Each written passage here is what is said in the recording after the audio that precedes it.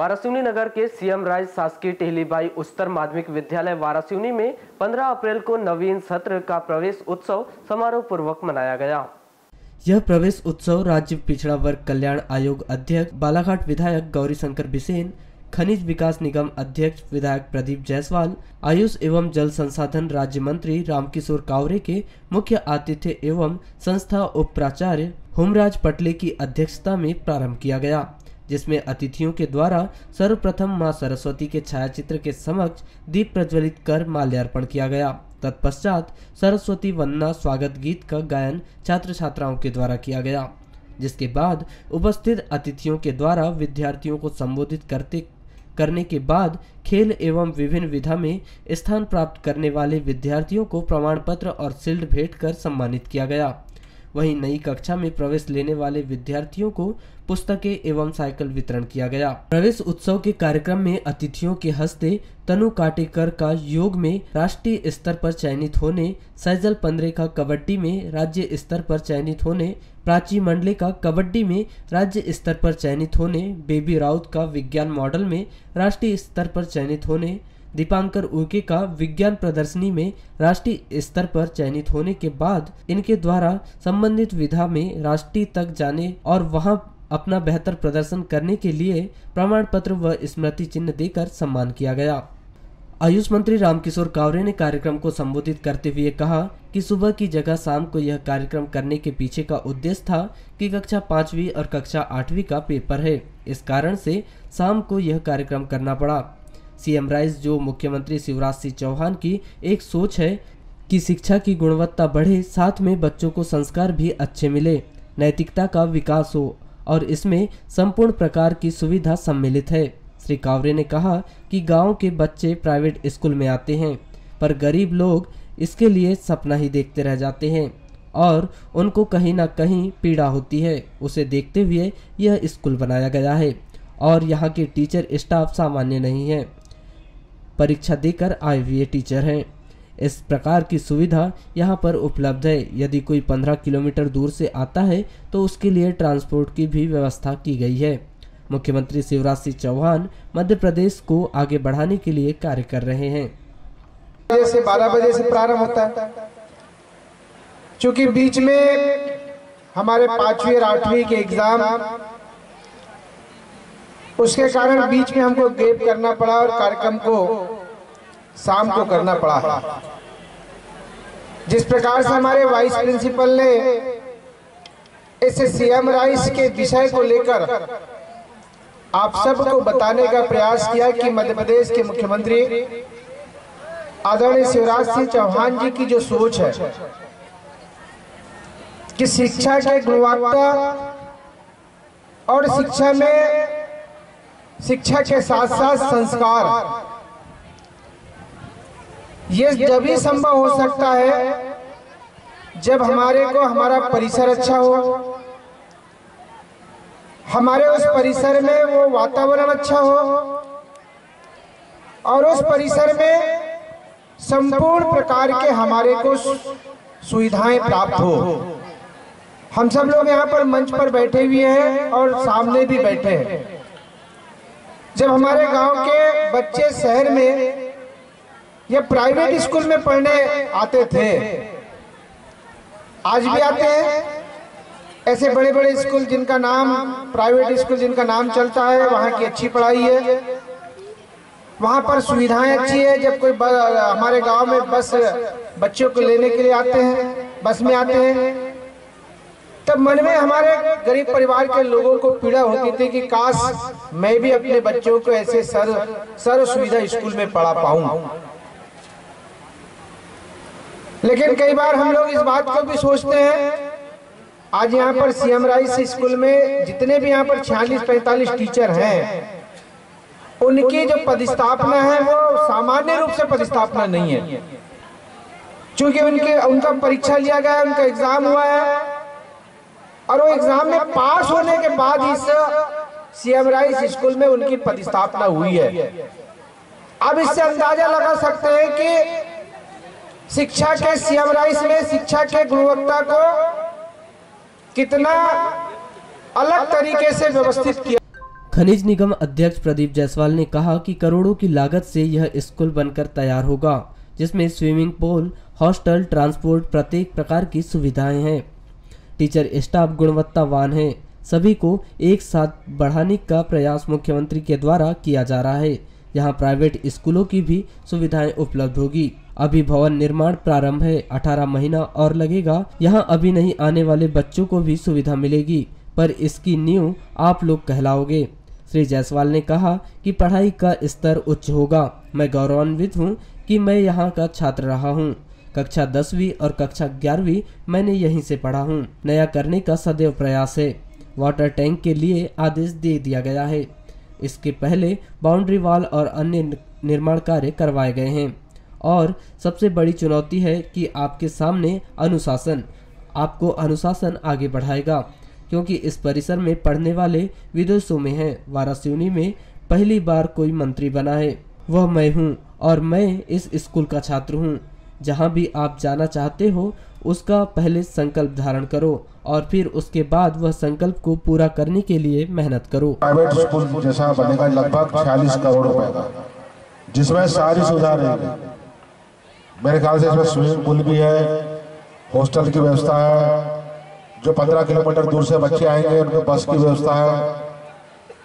सारे हमारे जो शिक्षक हैं, ये सब ट्रेंड शिक्षक, जो हमारे टीचर्स रखे गए सभी ट्रेंड है, ऐसा नहीं है अलग ही उनकी नियुक्ति की गई है।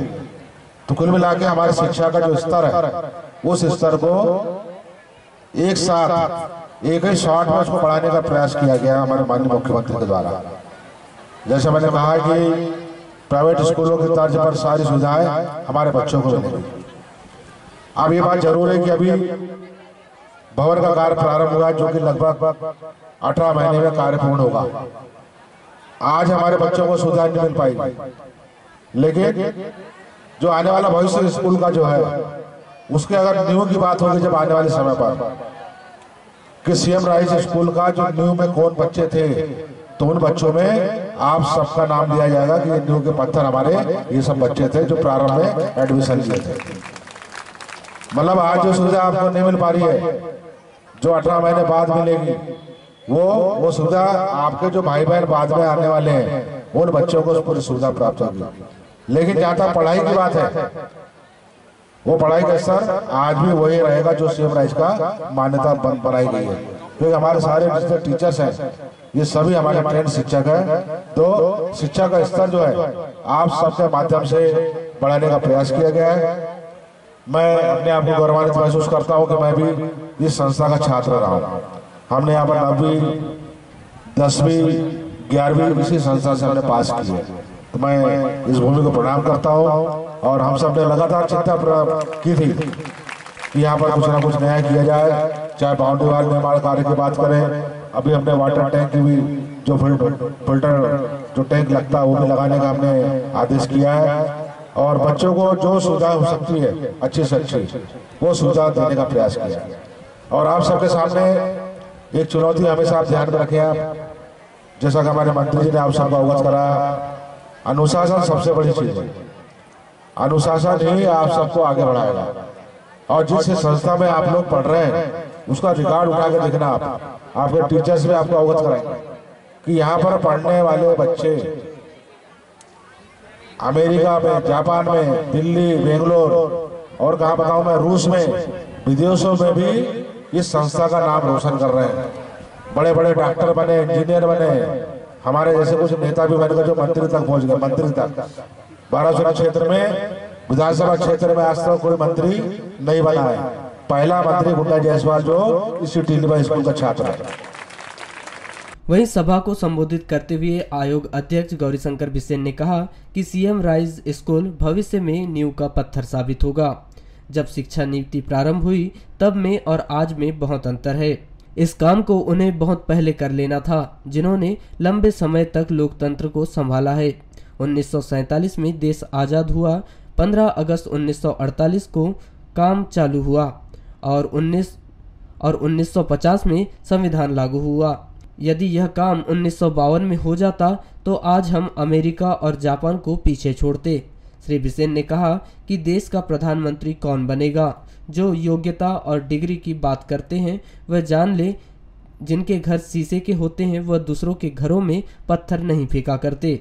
श्री बिसेन ने आगे कहा कि राहुल गांधी अपने बयानों में कहते हैं कि वह सत्ता में आए तो 370 को बहाल कर देंगे। मैंने इस कारण से देशद्रोह के मामले में उनके खिलाफ थाने में FIR दर्ज करवाई है।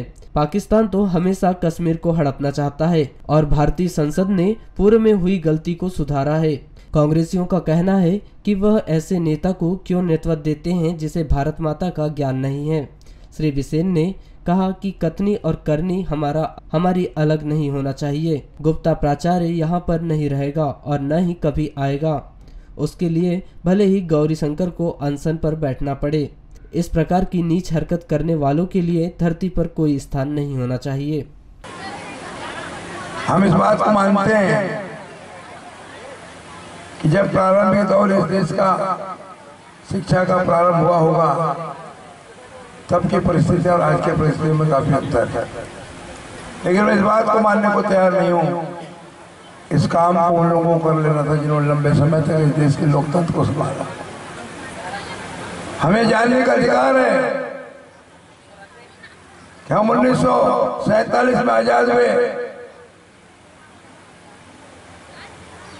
15 अगस्त 1948 को हमने काम का क्रम शुरू किया और 26 जनवरी 1950 को हमारा संविधान लागू हो गया। हम क्या करते रहे? यदि ये सीएम राइस स्कूल का कॉन्सेप्ट 1952 में आ गया होता तो हमारा देश अमेरिका और जापान को पीछे कर दिया होता। आज इस बात की ओर लगी है कि देश का कौन प्रधानमंत्री बनेगा। कुछ लोग बात करते हैं कि भारत के प्रधानमंत्री की योग्यता क्या होनी चाहिए। कुछ लोग कहते हैं कि उन्होंने कौन सी डिग्री प्राप्त की। अरे डिग्री धारण करने वालों, जिनके घर शीशे के होते हैं दूसरों घरों पे पत्थर नहीं फेंका करता। मैं राहुल गांधी से पूछ सकता हूं, उन्होंने अनेक बार पेपरों में बयान दिया है हम सत्ता में आएंगे 370 धारा को फिर से बहाल करेंगे। मैंने कल उनके ऊपर देशद्रोह के मुकदमे का थाने में FIR दर्ज किया है। क्या देश के हमारे नागरिकों का यही सम्मान होगा? जम्मू कश्मीर चल रहा था, देश आग में भभक रहा है, पाकिस्तान की निगाह हमारे कश्मीर को हड़पने की है। उसको बचाने के लिए भारत की संसद ने पूर्व में की गई गलती को सुधारा है। किसने अधिकार दे दिया राहुल गांधी को कि फिर से 370 धारा को बहाल करें? अभी भारत के लालों में इतना कभी नहीं है कि राहुल गांधी कभी सफल होने पाएंगे। 370 धारा हट गई नहीं, फिर से स्थापित होगी, कभी नहीं होगी, कभी नहीं होगी, कभी नहीं होगी।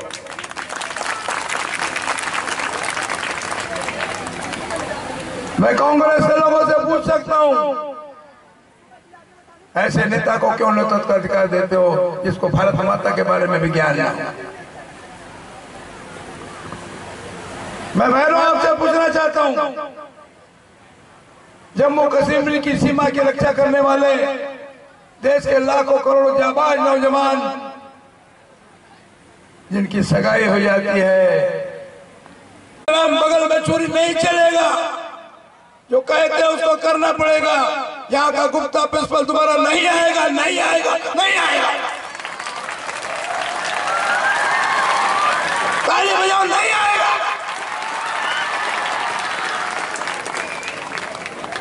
जरूरत पड़ेगी तो गौरीशंकर अनशन पे बैठेगा, पर वो नहीं आएगा। ऐसे नीच हरकत करने वालों के लिए इस धरती पर स्थान नहीं होना चाहिए। आगे श्री बिसेन ने पूर्व लोकसभा सांसद बोध सिंह भगत पर कटाक्ष करते हुए कहा कि बालाघाट से क्यों जिताते हो। कहता है, वाह रे बोध सिंह भगत, तेरी बुद्धि को क्या हो गया है। यदि अपनी हैसियत नापनी है तो नाप ले, वहीं रहेगा। बीजेपी मेरे साथ है, गौरीशंकर अभी जिंदा है, श्री बिसेन ने आगे कहा कि मैंने कहा था ना, अभ्यारण्य नहीं बनेगा तो आदेश हो गया नहीं बनेगा। यदि बनेगा तो मेरी लाश पर बनेगा। क्यों इंसान की कीमत 4, 8 या 12 लाख रुपए है? हम इंसान को शेर के मुंह में जाने नहीं देंगे।